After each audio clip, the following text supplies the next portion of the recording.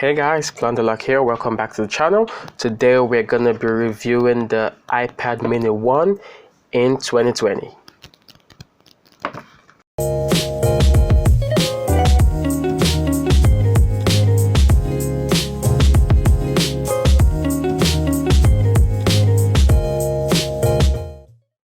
Okay guys, so first let's look at the build. Obviously this is the first generation iPad mini.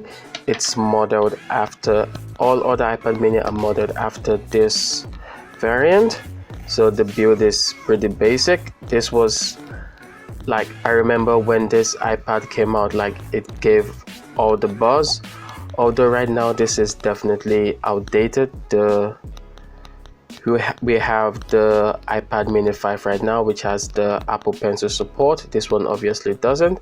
And another terrible thing about this iPad mini is the fact that it's actually it stopped updating in, I think, iOS 9.3.5 or so. So you can't get the latest iOS 13, you can't even get iOS 10. So that's actually a pretty terrible thing. So this came in at the base model. We can have the 16 gig. It has 32 and 64 gig. So let's open this up and let's look at the internals.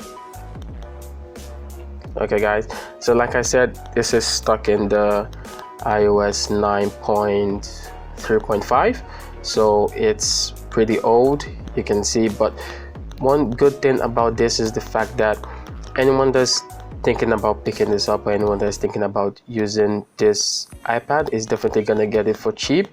And you can use like other alternative like third-party Apple Pencils, and it's definitely gonna work with it. But the original Apple Pencil itself, the first gen Apple Pencil, is not gonna work with this, which is a bummer. But using third-party Apple Pencil or third-party pencils can definitely give some pretty good results. But like I said, I would not recommend this for anyone. If I am saying the truth, if it's worth it in 2020, definitely it's not.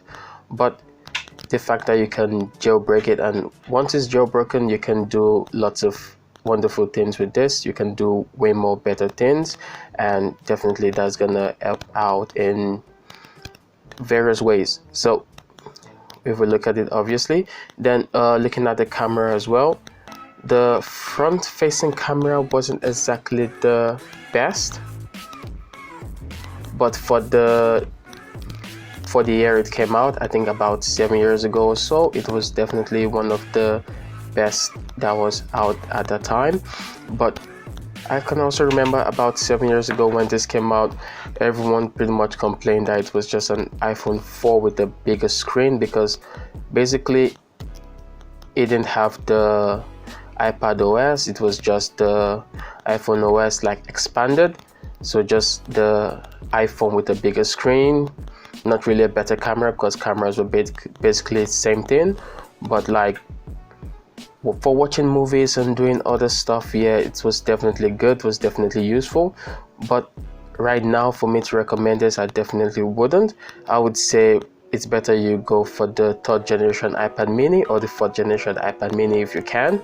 Although the first generation iPad mini is definitely gonna come in at a lower price, but it has way too much disadvantages. The disadvantages are way too much for me to recommend this for anyone.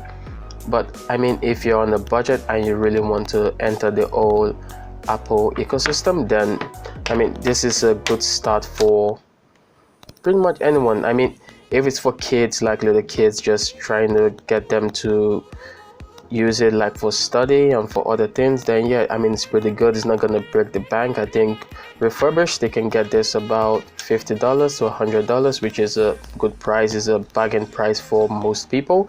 So I'm gonna try and leave a link down for some refurbished iPad mini 1s. So if you guys are interested in picking them up, you can. And see you guys in the next one.